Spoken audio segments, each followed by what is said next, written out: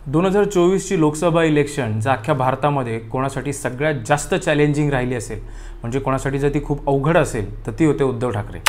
आता तुम्ही म्हणाल की त्यांच्यासोबत एवढी सहानुभूती वगैरे वगैरे मवियाचं बळ, पण एक लक्षात घ्या की ज्या वेळेला आपल्या 25 वर्ष सोबत असलेल्या पक्षाबरोबर आपण जेव्हा लोकसभेचे इलेक्शन लढत होतो आणि त्यावेळेला जेव्हा आपले 19 खासदार 19-20 ह्या टप्प्यामध्ये डबल डिजिटमध्ये खासदार येत होते, त्यावेळेला ते इलेक्शन आपसुकच सोपं होत होतं।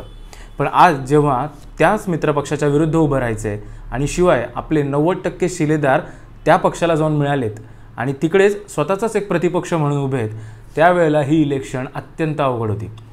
ही इलेक्शन झाल्यानंतर 4 जूनला जेव्हा निकाल येईल त्यावेळेला उद्धव ठाकरे जिंकतील किंवा हरतील, पण या दोन्ही गोष्टींचे महाराष्ट्राच्या राजकारणावर भरपूर परिणाम होणार आहे। 4 जूनला निकाल काय येईल आणि त्यानंतर काय परिणाम होऊ शकतात हे आपण या व्हिडिओमध्ये पाहणार आहोत, त्यामुळे व्हिडिओ पूर्ण पहा। नमस्कार, मी साईराज पवार।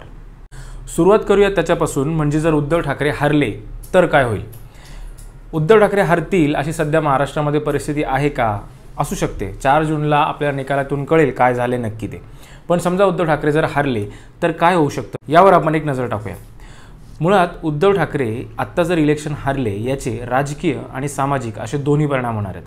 कारण मी जसं माझ्या गेल्या व्हिडिओमध्ये पण सांगितलं आहे की उद्धव ठाकरेंनी घेतलेला हा स्टँड, भाजपला सोडून मवियासोबत जाण्याचा जो स्टँड आहे हा फक्त राजकीय दृष्टीने प्रेरित नाही आहे, यामागे सामाजिक कारणं देखील आहेत।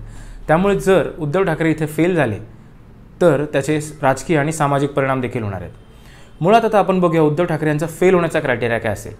उद्धव ठाकरे यांचे स्वतःचे 19 खासदार होते, त्यानंतर पक्ष फुटला आणि त्यातले जवळपास 13 ते 14 खासदार हे शिंदे यांच्यासोबत गेले। त्यामुळे उद्धव ठाकरे यांच्याकडे जे काही मोजके 4-6 खासदार उरलेत, हे खासदार निवडून येणं ही उद्धव ठाकरे यांच्यासाठी यशाची एक आपण परिभाषा म्हणू शकतो। मग या खासदारामधले समजा निम्मे जरी निवडून आले तरी आपण त्याला यश म्हणू शकतो का? किंवा जर यातले कोणीही निवडून नाही आलं तर त्याला आपण उद्धव ठाकरे यांचं सपशेल अपयश म्हणू शकतो का? कोणीच जर निवडून नाही आलं तर हे सपशेल अपयशच ठरेल। पण त्यातून शिवसेना कोणाची हे सिद्ध होईल का? अनेकांचं म्हणणं आहे की यातून सिद्ध होईल की खरी शिवसेना कोणाची, म्हणजे भाजपवाल्यांचं तेच म्हणणं आहे। पण माझं इथं थोडंसं आकलन वेगळं आहे, कारण इथे शिवसेना कोणाची हे सिद्ध नाही होणार, तर जो लोकसभेला मतदान करणारा मतदार आहे हा याआधी देखील आपण शिवसेनेला मतदान करतोय म्हणून लोकसभेला शिवसेनेला मतदान करायचं आहे म्हणून तिथे मतदान करतोय की मोदींसाठी मतदान करतोय हे सिद्ध होईल।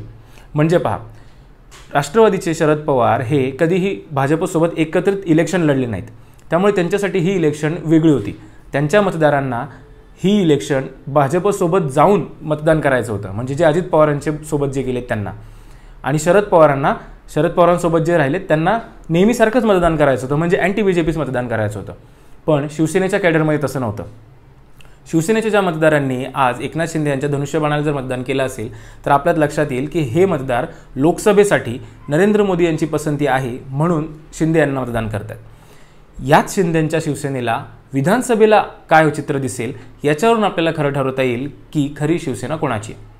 त्यामुळे मी म्हणतोय तसं, समजा खरी शिवसेना कोणाची हे जरी सिद्ध यात झालं नाही तरी महाराष्ट्रातला मतदार हा लोकसभेसाठी मोदींनाच प्राधान्य देतोय ना की ठाकरेंना, हे सिद्ध होईल।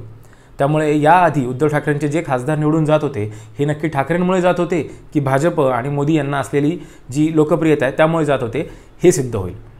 पुढची गोष्ट यातून होऊ शकते, उद्धव ठाकरेंना जर पराभव झाला तर, ती म्हणजे मुंबईचा धोका। मुंबईमधल्या मतदारांनी समजा मुंबईतले जे काही 6 वॉर्ड आहेत आपले लोकसभेचे, त्याच्यात समजा जर उद्धव ठाकरे यांचा पराभव झाला तर एक चित्र स्पष्ट होईल, ते म्हणजे अमराठी मतदार शिवाय मराठी मतदार यांनी देखील उद्धव ठाकरेंकडे पाठ फिरवली। तसं होईल की नाही ते 4 जूनला कळेल, पण यातून चित्र काय जाईल तर इतके दिवस महाराष्ट्रामध्ये मुंबईमध्ये उद्धव ठाकरेंच्या शिवसेनेचा जो वचक होता, दबदबा होता, तो भाजपमुळे होता असं निदान भाजपवाल्यांना तरी बोलायला एक समोर येईल। याच्या पुढे जाऊन उद्धव ठाकरे यांची विधानसभेसाठीची मवियामध्ये जी असलेली जी बार्गेनिंग पॉवर आहे ती देखील कमी होईल आणि मुंबईमध्ये दुसऱ्या ठाकरेंना एक स्कोप तयार होईल। राज ठाकरे त्याचा किती फायदा घेऊ शकतात किंवा भाजप त्यांना मुळात किती फायदा घेऊन देण्याचा स्कोप देईल हा भाग वेगळा आहे, पण निदान असं चित्र तरी समोर क्रिएट केलं जाऊ शकतं की बघा, लोकांनी राज ठाकरेंचं जास्त ऐकलं ना की उद्धव ठाकरे यांचं। आता बोलूया सामाजिक परिणामांकडे। सामाजिक परिणामांचे म्हणजे कसं, तर उद्धव ठाकरे यांनी भाजपचं जे हार्डकोर हिंदुत्व आहे, ज्याला आपण ब्राह्मणवादी हिंदुत्व असं म्हणतो, ते हिंदुत्व सोडून स्वतःचं एक बहुजनवादी हिंदुत्व वगैरे त्यांनी सुरुवात केली। आता ज्या वेळेला महाराष्ट्रातील मतदार उद्धव ठाकरे यांच्या मागे जर उभे नाही राहिले, म्हणजे त्यांचा जर पराभव झाला, तर जनतेने या दोन हिंदुत्वामध्ये नक्की फरक केला आहे का, हा एक मूळ प्रश्न तयार होऊ शकतो. आणि याचं भाजपवासी आणि जे संघ यासारखे जे हार्डकोर हिंदुत्वाचे जे आयडियॉलॉग आहेत यांना म्हणायला एक वाव होऊ शकतो की उद्धव ठाकरेंचं हे हिंदुत्व ही फक्त एक परिकल्पना आहे. तसं होईल की नाही हे 4 जूनला कळेल. याच्या व्यतिरिक्त दलित आणि मुस्लिम यांनी आत्ता जो एक चर्चा चालू आहे की यांनी एक गठ्ठा मतदान उद्धव ठाकरे आणि महाविकास आघाडीला केले. जर उद्धव ठाकरे यांचा पराभव झाला तर ही जी संकल्पना आहे ही पूर्णपणे खारिज होईल. त्यामुळे दलित आणि मुस्लिम मतदार यांनी एक गठ्ठा मतदान केलं नाही हे देखील सिद्ध होईल. मग यातून सगळ्यात पुढचं चॅलेंज उभं राहील ते विधानसभा इलेक्शन्सच्या वेळेला या मतदारांना आपल्याकडे आकर्षित करण्यासाठी उद्धव ठाकरे यांच्याकडे काय पर्याय असतील ते. यापुढे जाऊन नरेंद्र मोदी आणि भाजपचा जो एक वेगळा मतदार तयार झालेला आहे, ज्याला आपण उच्च मध्यमवर्गीय आणि मध्यमवर्गीय मतदार म्हणतो, हा मध्यमवर्गीय मतदारसुद्धा जर मवी आणि उद्धव ठाकरे यांच्यापासून लांब जाताना दिसला तर ह्या मतदाराला आकर्षित करण्यासाठी काय करावं लागेल यासाठीची रणनीती देखील त्यांना आखावी लागेल. आता येऊया महत्त्वाच्या मुद्द्याकडे की जर उद्धव ठाकरे यांनी 4 जूनला विजय मिळवलाच, म्हणजे त्यांनी ज्या जागा उभ्या केल्यात त्यातले कमीत कमी 70 ते 80% जागा जरी ते निवडून आले तर त्याचे परिणाम काय होतील. सगळ्यात मोठा त्याचा परिणाम हा होणार आहे की उद्धव ठाकरेंनी सुरू केलेलं हे जे स्टार्टअप आहे या स्टार्टअपला यशस्वी बनण्याची ही पहिली पायरी ठरेल. आता तुम्ही म्हणाल हे स्टार्टअप उद्धव ठाकरेंनी सुरू केलं होतं की त्यांच्या वडिलांनी, तर लक्षात घ्या मी गेल्या व्हिडिओमध्ये देखील सांगितलं की उद्धव ठाकरेंनी बाळासाहेब ठाकरेंच्या शिवसेनेपासून एक वेगळ्या प्रकारची शिवसेना तयार करायला सुरुवात केली होती. हे त्याचं एक लोकांसमोर आलेलं रूप आहे आणि हे जर लोकांना पटलं आणि यात जर उद्धव ठाकरे यशस्वी झाले तर महाराष्ट्रामध्ये भाजपसमोर एक असा फोर्स राहील ज्याच्याकडे हिंदुत्वाचं देखील कार्ड आहे आणि ज्याला बहुजनांचा आणि अल्पसंख्याकांचा देखील सपोर्ट आहे. आणि हे भाजपसाठी येणाऱ्या विधानसभा लोकसभेसाठी अत्यंत चॅलेंजिंग ठरू शकतं. सेम वे हीच गोष्ट त्यांच्यासाठी चॅलेंजिंग ठरू शकते मुंबई महानगरपालिका इलेक्शनसाठी देखील. पुढची गोष्ट उद्धव ठाकरे जर विजयी झाले यातून ते साध्य करतील ते म्हणजे त्यांच्या विरोधकांचं तोंड बंद करणं. उद्धव ठाकरे यांनी त्यांच्या पक्षाला त्यांच्या पक्षातील नेत्यांवर त्यांचा कंट्रोल नाही आहे, त्यांना समजत नाही, त्यांना प्रशासन जमत नाही, त्यांना निवडणुका लढताना त्यांच्याकडे पुरेसं जे काही आखणी असते, जी काही मॅनेजमेंट असते ती नाही, असे अनेक आरोप केले गेले. त्यामुळे अशा आरोपांना जर उद्धव ठाकरे त्यांच्या विजयातून उत्तर देऊ शकले तर याहून दुसरं त्यांच्यासाठी चांगलं काही नसू शकतं. यापुढे जाऊन त्यांच्या विजयातून एक गोष्ट सिद्ध होऊ शकते ती म्हणजे त्यांच्यासाठी असलेली सहानुभूतीची लाट ही मतांमध्ये देखील परिवर्तन झाली. कारण आपण चर्चा भरपूर केली आणि महाराष्ट्रातही याच्याबद्दल खूप चर्चा झाली की उद्धव ठाकरे, शरद पवार यांच्यासाठी सहानुभूतीची लाट आहे वगैरे. पण ह्या लाटेचं रूपांतर जर मतांमध्ये झालं नाही तर त्या लाटेचा काही फायदा होत नाही. जसं राज ठाकरे यांच्याबद्दल अनेक लोकांना प्रेम आहे, त्यांच्याबद्दल फार छान वाटतं, पत्रकारांनाही आदर आहे, लोकांच्याही मनामध्ये आदर आहे, पण त्यांचं जर मतात परिवर्तन नाही झालं तर त्याचा काही फायदा होत नाही राजकीयदृष्ट्या. तोच उद्धव ठाकरे यांच्याबद्दल होईल अशी जी एक शक्यता होती त्या शक्यतेला उद्धव ठाकरे जिंकून आले तर तडा जाईल. आणि त्यामुळे लोकांनी जनमानसाने उद्धव ठाकरे यांना नेता म्हणून एक्सेप्ट केले हे सिद्ध होईल. 4 जूनला जर उद्धव ठाकरे विजयी झाले तर त्याचं सगळ्यात मोठं श्रेय उद्धव ठाकरे यांच्यानंतर जो कोणाला जाणार आहे ते आदित्य ठाकरेंना. पक्षफुटीनंतर आदित्य ठाकरेंनी ही पक्ष संघटना वाढवण्यासाठी जे काही कार्य केलं हे महाराष्ट्रासमोर आहे.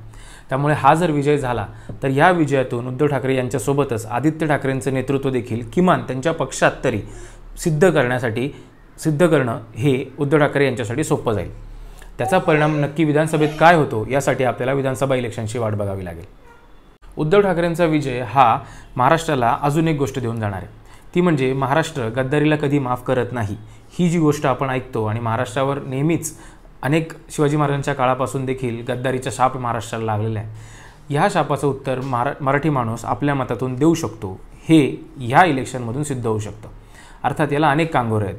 बऱ्याच लोकल लीडर्सचे समजा ज्यांनी गद्दारी केली असं आपण म्हणतो त्यातील अनेकांनी लोकल लेवलला अनेक लोकांची मदत केली आहे. त्यामुळे अशा वेळेला त्या माणसांचं कन्फ्युजन होऊ शकतं की बाबा मतदान कसं करावं.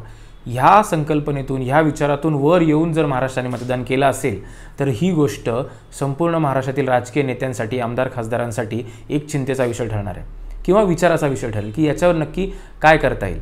म्हणजे तुम्ही कितीही विकास कामं केली पण जर तुम्ही अशी पद्धतीच्या गद्दारी करत राहिलात किंवा संविधानाशी खिलवाड करत राहिलात तर याचं उत्तर जनता तुम्हाला मतदानातून देऊ शकते हे उद्धव ठाकरे यांच्या विजयातून सिद्ध होईल. 4 जूनला उद्धव ठाकरे हरतील की जिंकतील तुम्हाला काय वाटतं हे मला कमेंट बॉक्समध्ये नक्की सांगा.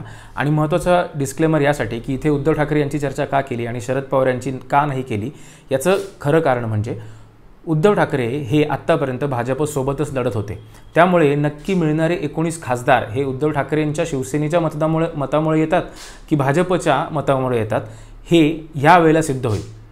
या उलट शरद पवार हे नेहमीच भाजपच्या विरुद्ध इलेक्शन लढले, त्यामुळे इथे तशी कुठलीही गोष्ट प्रूव्ह करण्याचा बर्डन हे शरद पवार यांच्यावर नाही आहे, पण तसं बर्डन इथे उद्धव ठाकरे यांच्यावर आहे। त्यामुळे हा व्हिडिओ उद्धव ठाकरे यांच्यावरच होता। तुम्हाला जर हा व्हिडिओ आवडला असेल तर लाईक करा, तुमच्या मित्रमैत्रिणींना शेअर करा आणि चॅनलला सबस्क्राईब करायला विसरू नका। धन्यवाद। जय महाराष्ट्र।